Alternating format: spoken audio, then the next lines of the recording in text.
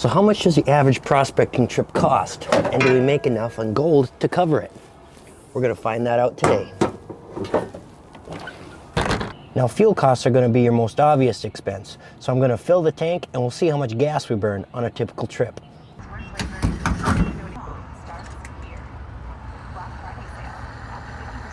One thing about this hobby is you're gonna put on a lot of miles. Now the good thing about prospecting is your startup cost is fairly low.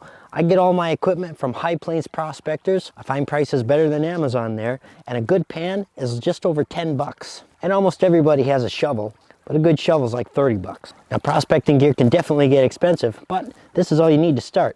So let's start and take our first test pan. Now this is a bank I've been working here. Looks like some other people found this spot and they've been digging around, but they never get it all, so we'll see if there's any left. There's always some left.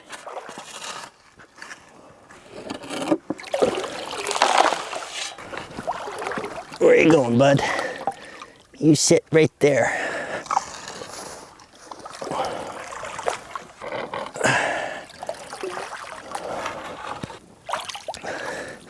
A stick. It's not just a stick, this is a battle weapon. Found a stick on the ground and now I'm gonna use it. All this power that I found, gonna totally abuse it. I'm an adult, I promise.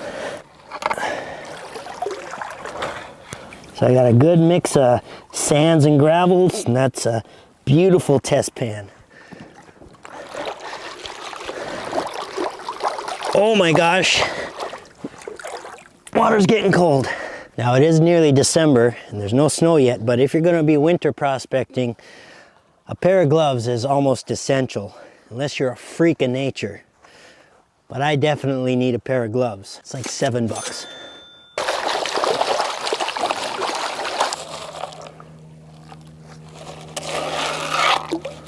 All right, pull that back and see if there's any gold there worth sticking around for.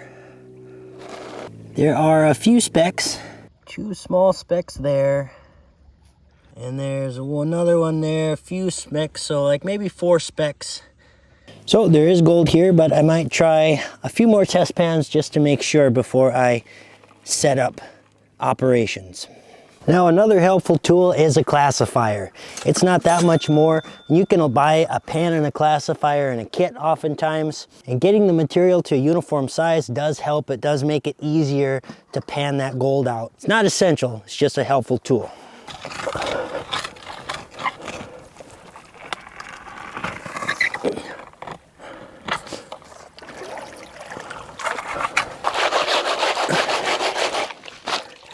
And it helps you look at all the rocks a little easier too, all your tailings. Here's a beautiful example of some phenocrysts, plagioclase phenocrysts. So this looks to be a piece of basalt, and that would be an extrusive lava flow, but inside are all these rectangular prisms, and that's plagioclase feldspar. They call that a phenocryst. So it was a crystal inside the lava that came up, and then when it all solidified, those little phenocrysts get locked in there. It's like a fossil, but a mineral instead. And one of the ways geologists identify rocks is by taking thin sections. That's where they slice a rock into incredibly thin section that it's so thin that the light can shine through it. And they use a series of polarizing lenses to control the wavelengths of light. And plagioclase looks really cool. It's got what they call polysynthetic twinning, and it looks like stripes, like zebra stripes going through the rock. I haven't looked at a thin section since I was in college though, but I remember it was really cool. So if I sliced up this rock into a thin section, it would look like that. Isn't that cool? And when you classify it, you can fit a lot more material into the pan, so we'll put 2 classifieds in there.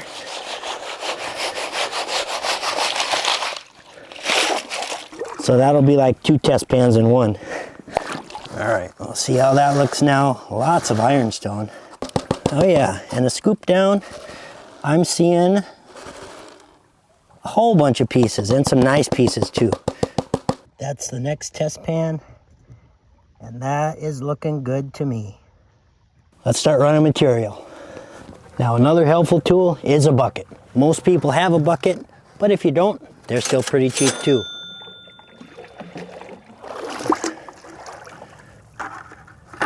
And again, your classifier. You can stick with your cheap classifier or upgrade, but you can see pretty quickly how things add up. And since you're finding such little amounts of gold, you can see how this probably isn't going to pay for itself. But we won't add all of this up in today's tally, because once you got the stuff, you got it. But for now, I'm just going to start classifying material and we'll start running buckets.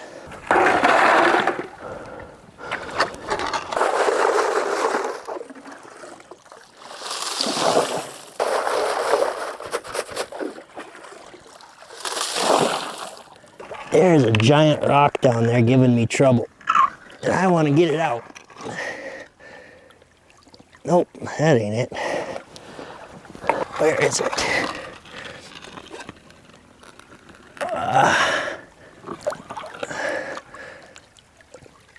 Oh, that can't be it. Thought it was way bigger than that.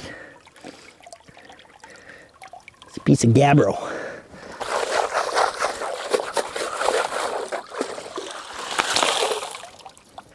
What the heck is this? This looks like an old cap to a gold vial. Wouldn't that be something if I dug into an old lost gold vial? The cap probably just floated down from wherever it came from, but I'm gonna keep an eye out. So that's about a half a bucket of classified material. I'll run with that. And just for those who don't think I run enough buckets during the day or don't like that I filled the bucket halfway, got a special treat for you.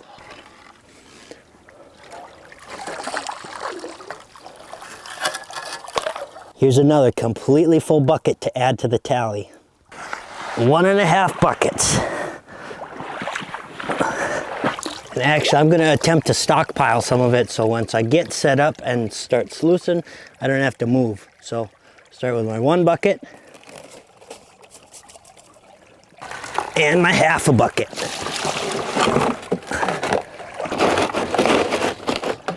Boy, that's like a clay brick in there now. Jeez. There we go.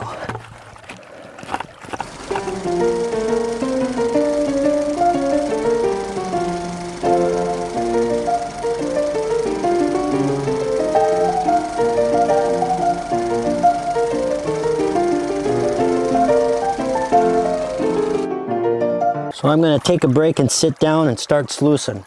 But in this case, I have a deep hole underneath my sluice box, so I don't always have room for it, but in this case, I'm going to put a capture pan below. Just weigh it down with a big old rock. Now all the material is going to drop into the pan, so if I am losing gold, I'll be able to see how much is getting by. I'll make sure this is running good. Now a sluice box is not essential. You can get by with a cheap pan, that's all you need. And in some states, that's all you're allowed. But it's like the book, if you give a mouse a cookie. If you give a man a gold pan, he's probably gonna want a sluice box. Sluice boxes are not exactly cheap. I made the aluminum box here in this case, and this is an 8-inch combo dream mat, and they cost that much.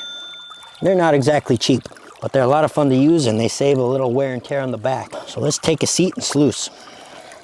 One of the most essential tools you'll ever need is your scooper. You cannot get by without it. And I don't know how much these cost because in my experience, people just give them to me for some reason.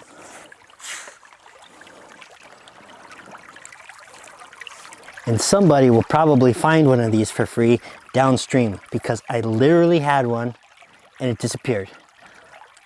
Unless somebody's following me and punking me, I have no idea where it went. But it's gone, and I know I had it here. I know I had it here. Anyway, that looks like it's running pretty good. It's getting stripped off nice and slow. All the little vortexes are vortexing. And this material looks really good, so hopefully we'll end up with a big smile in the pan and a smile on my face. And if I'm really lucky, I'll get a picker. I love those pickers.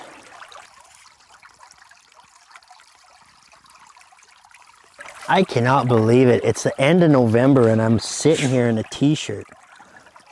That's fantastic. I set my tote up on the wrong side here.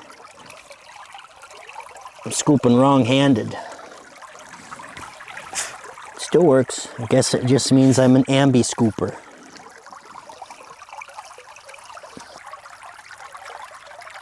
Do you ever look at someone and wonder what is going on inside their head?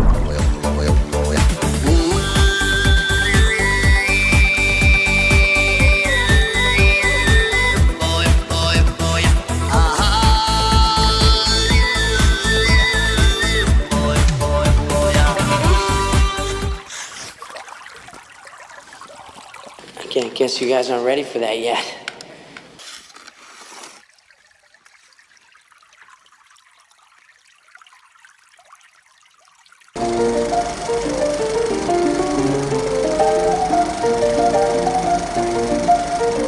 Keep forgetting to turn the sound on, but I got that cleaned up. My catch pan is just overflowing with sand. So I'm gonna take that and pan that out quick, see if I can see anything that we lost, and then I'll show you what we caught in the sluice.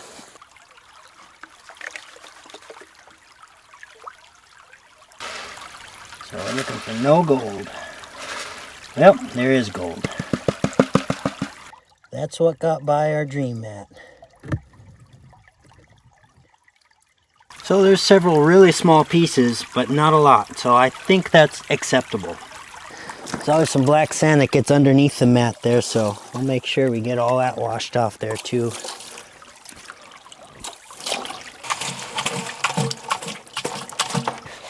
We just pan off some of that super easy light sand and take a peek. But I'll do the careful cleaning up at home. On second thought, I'll just safety pan it down.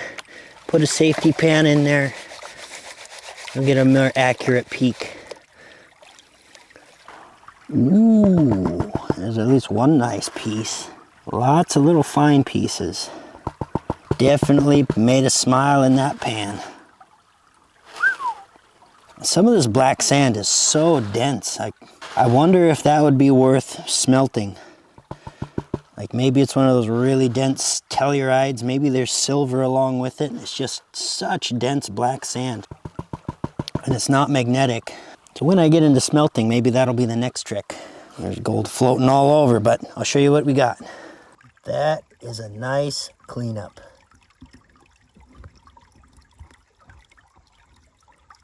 That one piece, it's pretty big.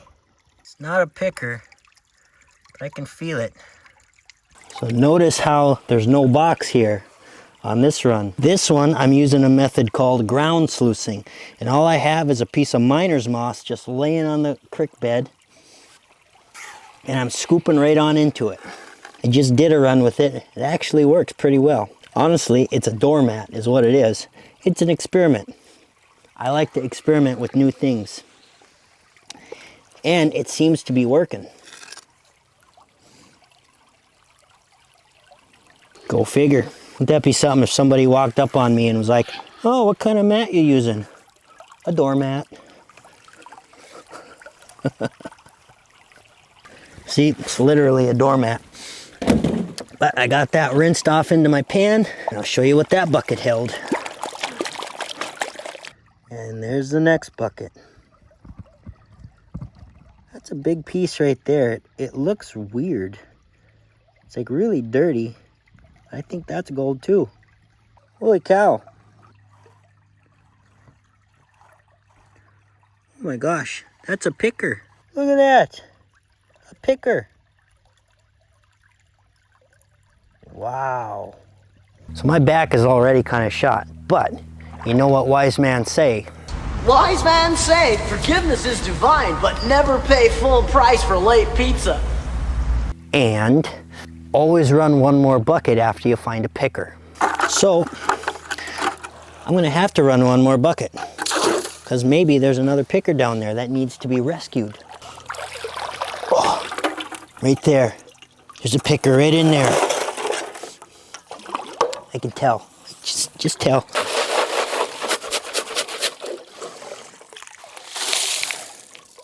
All right, we'll call that another full bucket. But before I sluice that out, I didn't get to use all the toys I brought today. Like a little kid taking a bath. Gotta have all your tub toys and you gotta play with all of them. Like I said, it's like give a mouse a cookie. Buy a man a pan, and then he's gonna want another pan. And then he's gonna want another pan. And this is an expensive pan. I think this one was like 60 bucks. But I don't buy these toys to sit. So I'm gonna get some bidet pan skills a little bit while I'm here. And we'll do at least one bidet pan. Then when my back is good and fried, I'll take a break and sluice. It gets heavy really fast.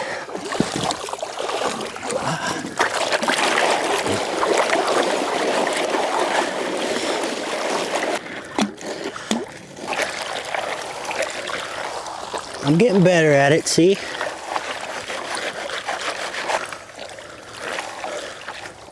Wait, I think I'm forgetting something.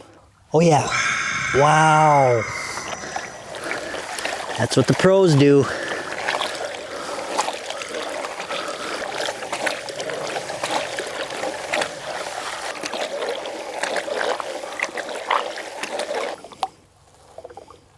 That last little bit is the trickiest, that's for sure. That's about all the farther I can get it down without dumping gold out. And this little nub always gets packed. I don't think that thing works. Oh, there's a piece of gold right there about ready to fly off, see? So I'm gonna switch this to my flat pan and see what that got. See, then I can strip it off the same way, but there's all those riffles there to catch the gold. It's way safer on this pan. That is some good ground. A lot of little specks there, and some more over there. That's just one pataya pan. That's pretty good. So that pataya pan does work really well. In a place where you can't sluice, it's a great option if your back can hold up to it. But there's definitely a learning curve. I'm getting better at it. I'm not as good as all the armchair masters that commented on my video, but I'm working on it. All right, sun's going down. Let's get that last bucket sluiced. And the temperature is dropping quite a bit, so I'm gonna put on this fabulous Glacial Gold Hunter hoodie. That's better. Available at glacialgoldhunter.com. I'm my own advertising department. I suck at advertising. You can see when I come out here, I put long hours in these days. I basically devote the whole day to filming. And that's the way I look at it. I am more of a content creator than a prospector. I absolutely love doing this, but my focus and my primary goal is creating content for you guys. We'll see at the end, but as you can probably tell, the gold doesn't pay for this. But you guys watching the videos allows me to go farther, spend more time doing this, and create better content. You allow me to pay for this hobby, which is fantastic, and I thank you guys for it, because without you, I wouldn't be out here nearly as much as I am. And seriously, you just can't beat this.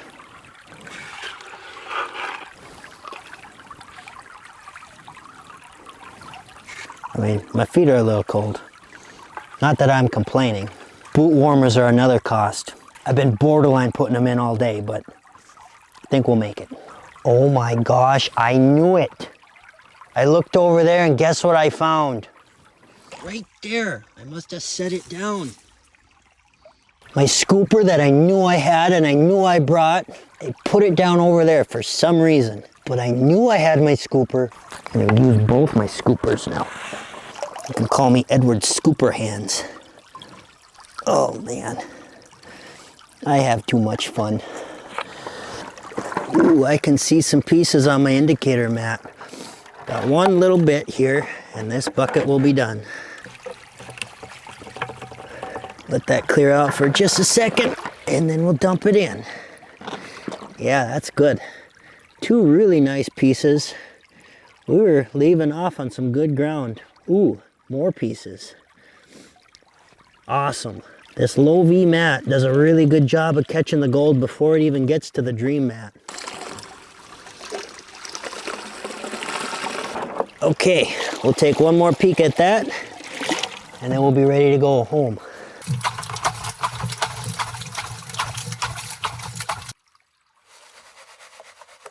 And that's another fantastic cleanup.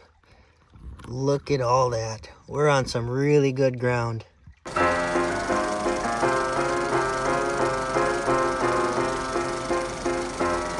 right, so we're close to home again. Let's see how much gas we burned up on the trip there and back.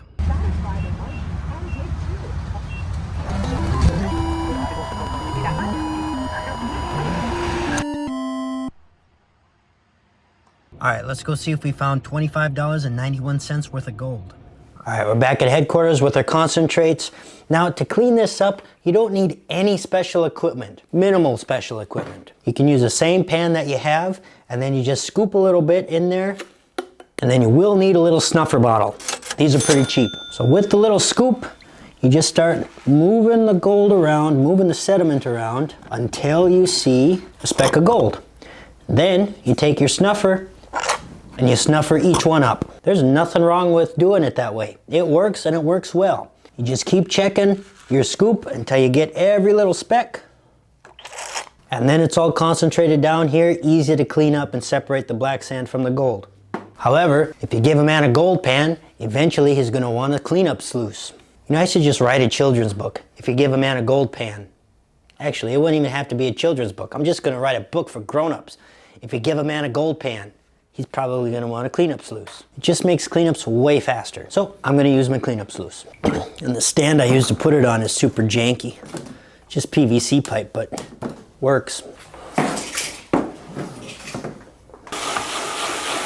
There's my bigs. Here's my mediums. I'll quick check the mediums because that's where my pickers are going to be. There it is. And there are my pickers. I'll snuffer those up. Okay, so pretty much all of our gold is going to be in the mega fine stuff here. And that's what this cleanup sluice was designed for. That super fine flour gold. So I'm going to put my catch pan there just in case I miss some pieces, which I usually miss a few, but then I find them in the catch pan.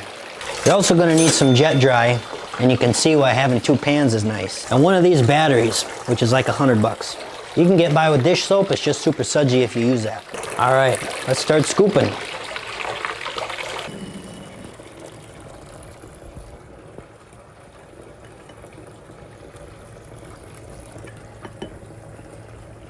And I always see a whole bunch of specks come down when I do this at the very end. Perfect. This is going to be a great clean out. And this is my favorite part. Got it down to a thimbleful of concentrates. And then you get to finally see what you worked all day for.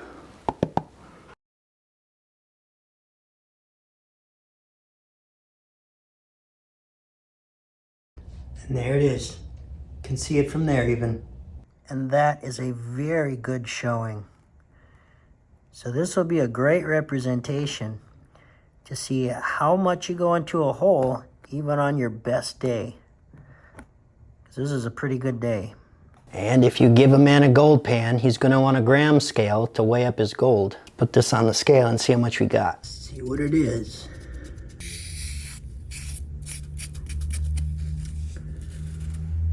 0.075.